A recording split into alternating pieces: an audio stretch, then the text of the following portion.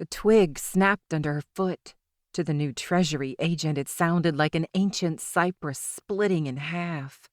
A pungent odor from rotting leaves and stagnant water sifted through the vast swamp like a fine mist, irritating her sense of smell. Kristi crept to the edge of the drilling rig site, her cowboy boots covered with stinking mire.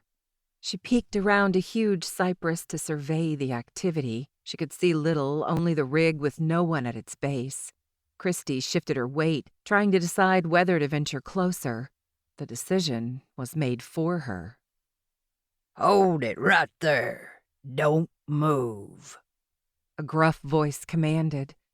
She slowly turned around to face the voice. A fat, unkempt man with a weathered face pointed a .44 caliber revolver at her head.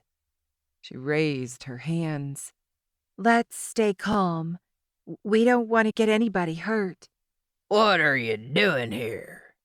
"I'm Kristi Blocker with the United States "Shut up, bitch. You got a gun. Throw it over here."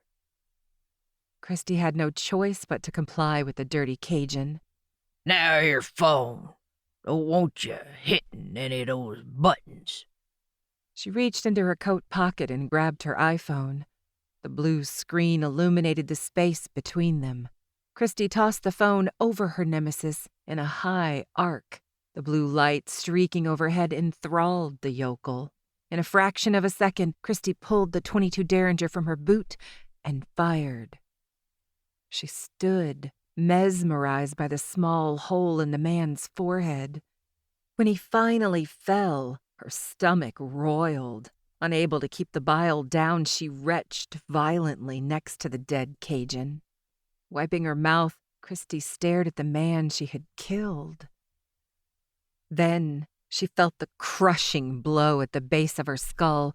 Her entire world blacked out, her limp body falling in the rotting leaves.